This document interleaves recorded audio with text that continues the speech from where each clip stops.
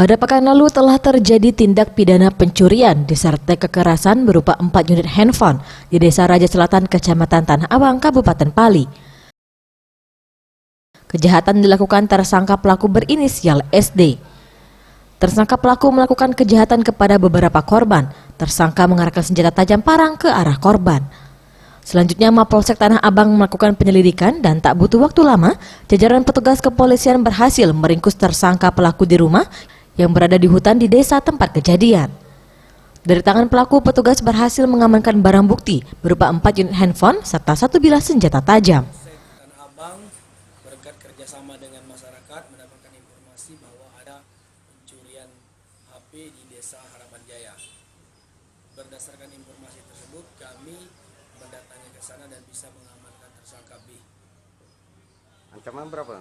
Ya, untuk tersangka B kita ancam dengan pencurian dan pemberatan di atas 5 tahun. Pasal? Pasal 3. Boris Simbolon, Sriwijaya TV.